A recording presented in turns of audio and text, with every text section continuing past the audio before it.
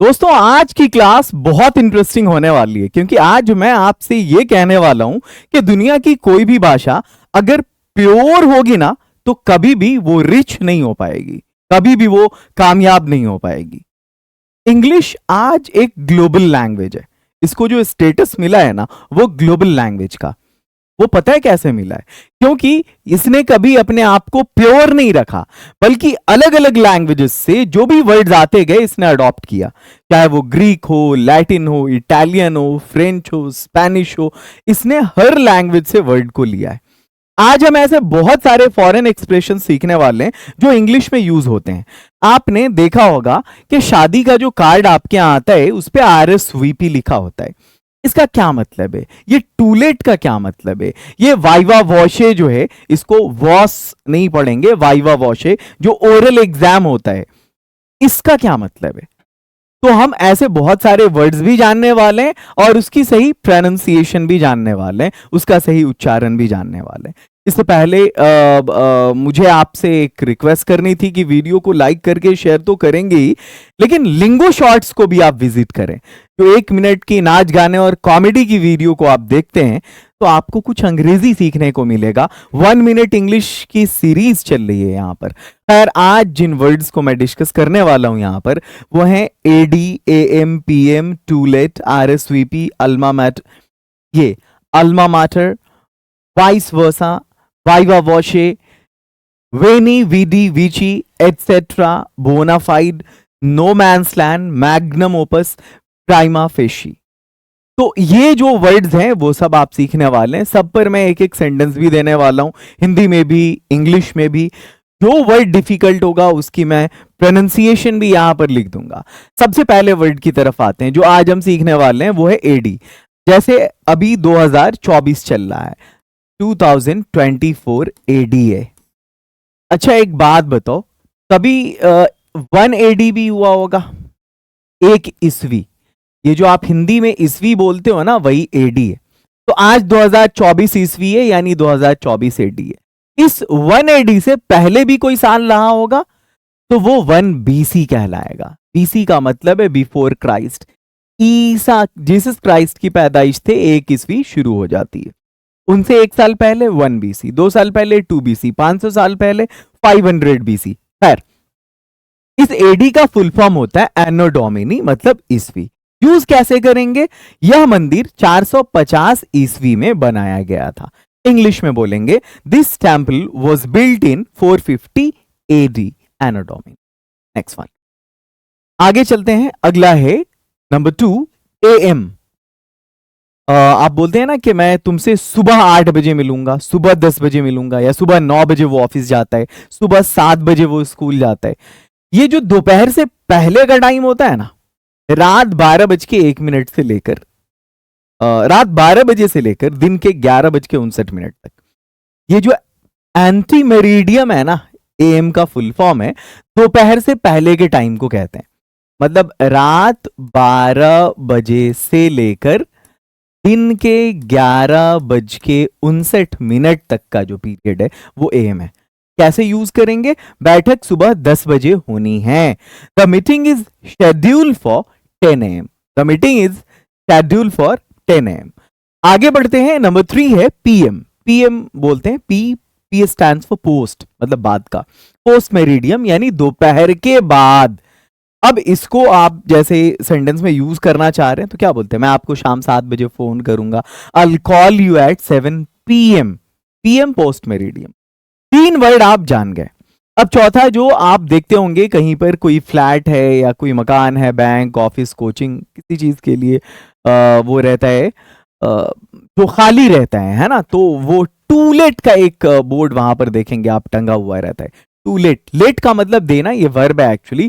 To late भाड़े के लिए उपलब्ध है। जैसे नए मॉल में कई दुकानें किराए पर उपलब्ध हैं। Several shops to let in the new mall. Several shops to let in the new mall.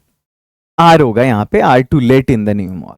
Next one, अब है RSVP। ठीक है, ये जो RSVP है ये इंग्लिश का वर्ड नहीं है एक्चुअली, इसका जो ओरिजिन है वो फ्रेंच है। आपके पास जो शादी का कार्ड आता है उस पर RSVP लिखा होता है, कि मतलब इसका मतलब होता है प्लीज रिस्पॉन्ड, आप रिस्पॉन्ड कर दें 10 तारीख तक कि आपको आना है या नहीं आना है, ठीक है। तो ये होता है रिपोंडे सिल्वो प्ले। क्या है? रिपोंडे सिल्वो प्ले, इसकी प्रोनाउंसिएशन है, और ये ओरिजिन फ्रेंच है।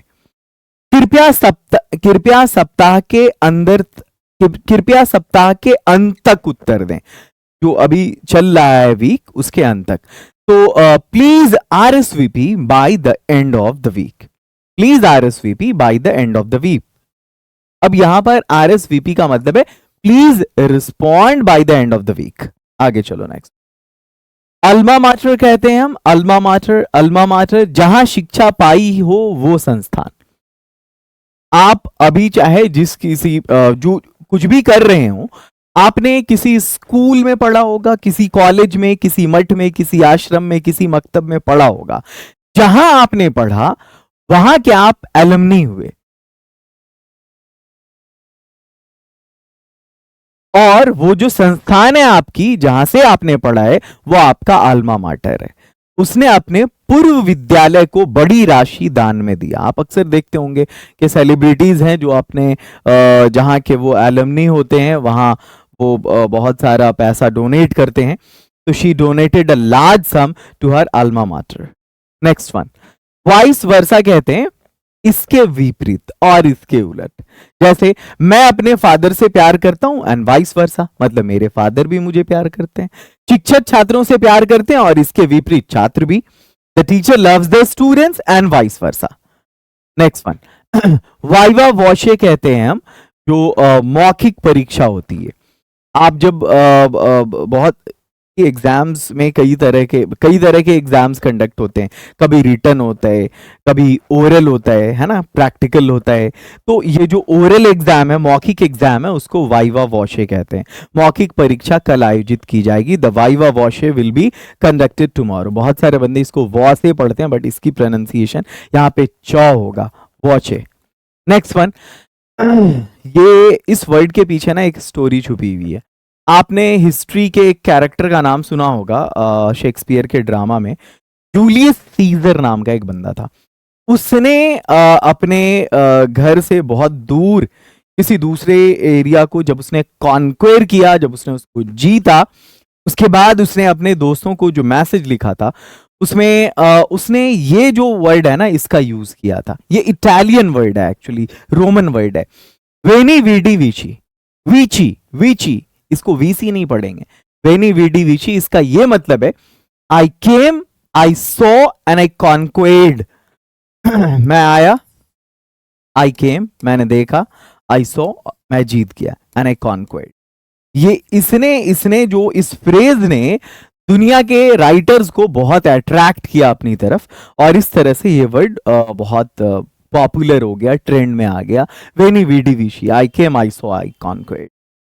मैच जीतने के बाद उसने कहा veni vidi vici. After winning the match he exclaimed veni vidi vici. आगे बढ़ो। नेक्स्ट वन है एटसेट्रा। ये जो आप ETC लिखते हो ना, ये इसका फुल फॉर्म है इत्यादि। परीक्षा के लिए पेन, एडमिट कार्ड इत्यादि ले आओ। Bring pen, admit card etcetera for the exam. अगला है बोनाफाइड। बोनाफाइड कहते हैं ऑथेंटिक, जेन्युइन, रियल, वास्तविक। जैसे हमको ये बोलना हो ये दस्तावेज वास्तविक है, दिस डॉक्यूमेंट इज बोनाफाइड। अगला है नो मैन्स लैंड। इसको आप दो कॉन्टेक्स्ट में देख सकते हैं, वो जो मैं जानता हूं। पहला कॉन्टेक्स्ट एक तो ये है कि जैसे मान लिया कि दो देश है ना, एक देश A है और एक देश B है। इन दोनों देश के बीच झगड़ा है, इसने अपना कुछ एरिया ऑक्यूपाई कर रखा है, इसने अपना कुछ ऑक्यूपाई कर रखा है। ये एक एरिया है, इसको किसी ने ऑक्यूपाई नहीं किया हुआ है। ये वो एरिया है जो क्या बोलते हैं, लावारिस है। ना तो इसका अधिकार है इस पे, ना तो इसका अधिकार है इस पे। वहां पे जिंदगी बहुत मुश्किल है, या फिर ज्योग्राफिकली वहां पर बस पाना बहुत मुश्किल है। तो इसलिए वो, तो इस तरह की जमीन को नो मैन्स लैंड कहते हैं। और एक अभी क्रिकेट में नया इजाद हुआ है ये वर्ड, कि जैसे मान लिया एक खिलाड़ी यहाँ, एक खिलाड़ी यहाँ, एक खिलाड़ी यहाँ, बल्लेबाज ने यहाँ से बैटिंग की, मारा यहाँ से शॉट, और इस दो खिलाड़ी के बीच में गिरा यहाँ पे। मतलब ये भी नहीं पहुंच पाया, ये भी नहीं पहुंच पाया, कोई खिलाड़ी नहीं पहुंच पाया, ये वो एरिया है, तो ये एरिया नो मैंस लैंड कहलाएगा। उसने चतुराई से गेंद को नो मैंस लैंड में रखा और जल्दी से 1 रन लिया। He cleverly placed the ball in no man's land, earned a quick single, earned a quick single. आगे चलो, नेक्स्ट वन है मैग्नम ओपस। जैसे देखो कि मैंने अपने लाइफ में बहुत सारे कोर्सेज बनाए, बहुत सारी किताबें लिखी, बट उनमें से जो किताब मेरी नज़र में जो सबसे अच्छी किताब है, या लोगों की नज़र में, स्टूडेंट्स की नज़र में जो सबसे अच्छी किताब है, वो डायमंड स्पीकिंग बुक है। हालांकि मैंने सिलेबस के लिए भी बहुत सारी बुक्स लिखी हैं, बट स्पोकन के लिए जो बुक मैंने लिखा वो है डायमंड स्पीकिंग। ठीक है, तो वो मेरा एक मैग्नम ओपस कह सकते हैं। मैंने उस पर सालों मेहनत किया है, 5 साल मेहनत करने के बाद उसको लिखा मैंने। तो ये जो है श्रेष्ठ कीर्ति या काज, आपने सुना होगा मकबूल फिदा हुसैन, ये एक पेंडर था, या लियोनार्डो दा विंची, ये जो है बंदा, इसने, इस बंदे का एक मैग्नम ओपस है, वो आपने देखा होगा, क्या बोलते हैं, द लास्ट सपर नाम की एक पेंटिंग है उस बंदे की, मोनालिसा नाम की एक पेंटिंग है उस बंदे की, तो वो उसका मैग्नम ओपस है, मतलब श्रेष्ठ कीर्ति। कोई आर्टिस्ट का जो सबसे बढ़िया काम होता है ना, वो कहलाता है मैग्नम ओपस। यह पेंटिंग उसकी श्रेष्ठ कीर्ति है। This painting is his magnum opus. अगला है प्राइमा फेशी। प्राइमा फेशी का मतलब, ओ यार ये क्या है, बहुत बढ़िया। प्राइमा फेशी का मतलब होता है प्रथम दृष्टया, मतलब पहली नजर में। अब देखिए, पहली नजर में, ये अक्सर आप देखते होंगे कि जब कोई पुलिस ऑफिसर प्रेस कॉन्फ्रेंस कर रहा होता है, क्योंकि उसको जवाब देना होता है कि आपके एरिया में जो ये घटना घटी है उस पर आपका क्या कहना है, जैसे किसी होटल में किसी की लाश में। ठीक है, तो अब ये भी हो सकता है कि भाई जो शराब, जो ड्रिंक उसने मंगाया उसमें जहर रहा हो। ये भी हो सकता है कि कोई आया और किसी ने मतलब उसको वहां मार दिया। ये भी हो सकता है कि उसने खुद अपनी जान ले ली हो। कई सारे मामले हो सकते हैं, लेकिन वो ऑफिसर आता है और प्रेस के सामने कहता है कि प्राइमा फेशी ये सुसाइड का मामला लगता है। मतलब पहली नजर में जो देखने पर ये लग रहा है कि ये सुसाइड का मामला है, अब जांच करने के बाद मालूम पड़ेगा, इन्वेस्टिगेशन के बाद, कि असल में मामला क्या है। लेकिन पहली नजर में देखने पर यह मालूम पड़ रहा है। तो उस पहली नजर के लिए अंग्रेजी में कोई वर्ड नहीं था, तो बोरो किया गया एक वर्ड प्राइमा फेशी। इस प्राइमा फेशी का मतलब होता है हिंदी में, प्योर हिंदी में, प्रथम, प्राइमा फेशा, प्रथम दृष्टया, मतलब पहली नजर में, प्रथम दृष्टया यह चोरी का मामला लगता है। Prima facie it looks like a case of theft. I hope कि ये वीडियो आपको बहुत इंटरेस्टिंग लगी होगी। क्या ऐसे कुछ फॉरेन एक्सप्रेशंस हैं जो इंग्लिश में यूज होते हैं, आप जानते हैं? अगर ऐसा है उन एक्सप्रेशंस को आप कमेंट सेक्शन में लिखिए, मैं उसको अगले वीडियो में शामिल करने की कोशिश करूंगा। और गुरु, आप चाहते हैं कि कोई ऐसा स्पीकिंग कोर्स करे जहां 30 क्लास तक आपका ट्रेनर आपके सामने हो और आपकी गलतियों को रेक्टिफाई कर रहा हो, सुधार रहा हो, छोटे छोटे ग्रुप्स में क्लासेस आपको मिले? आप चाहते हैं कि ऐसा भी हो कि वो ट्रेनर मुझे अकेले पढ़ाए, 1-on-1 सेशन? आप चाहते हैं कि फिर मुझे उस कोर्स का एक्सेस भी मिले, पूरा एक कंप्लीट स्पीकिंग कोर्स का? क्या आप चाहते हैं कि साथ में आपको 10 किताबें भी मिले? अगर इतनी सारी चीजें आप चाह रहे हैं कोर्स में, तो कोर्स का नाम है प्लैटिनम स्पीकिंग कोर्स। हमारा अगला प्लैटिनम बैच शुरू हो रहा है 25 जुलाई को। 10 जुलाई वाला बैच फुल हो गया है, उसमें एडमिशन नहीं हो रहा है। अब हम 25 जुलाई, अब जो अगला बैच स्टार्ट हो रहा है वो 25 जुलाई को। तो आप अगर एडमिशन लेना चाहते हैं तो इस नंबर पर आप कॉल या व्हाट्सएप कर सकते हैं, लेकिन उससे पहले आपको हमारा ऐप इंस्टॉल करना पड़ेगा। ऐप का नाम है लिंगो। आप जब डाउनलोड करेंगे तो देखेंगे कि उस पर ऑलरेडी हमारा एक डायमंड नाम का बैच है, जिस पर 20,000 स्टूडेंट्स ऑलरेडी पढ़ रहे हैं। इसमें उन्होंने अब तक परचेज किया उस कोर्स को, उन्होंने पढ़ा और पढ़ रहे हैं अभी बहुत सारे। अब हम लाइव बैच भी स्टार्ट कर चुके हैं, जो 1 वे नहीं बल्कि 2 वे कम्युनिकेशन है। आप बोलेंगे, टीचर सुनेंगे, टीचर बोलेंगे, आप सुनेंगे। तो मौका हाथ से जाने मत दीजिए, अगले बैच को ज्वाइन करिए। 25 जुलाई को स्टार्ट हो रहा है। इस ऐप को इंस्टॉल करके कोई प्रॉब्लम हो तो आप इस नंबर पर कॉल या व्हाट्सएप कर लें। मिलते हैं फिर अगली वीडियो में। Love you lot, have a great and wonderful day.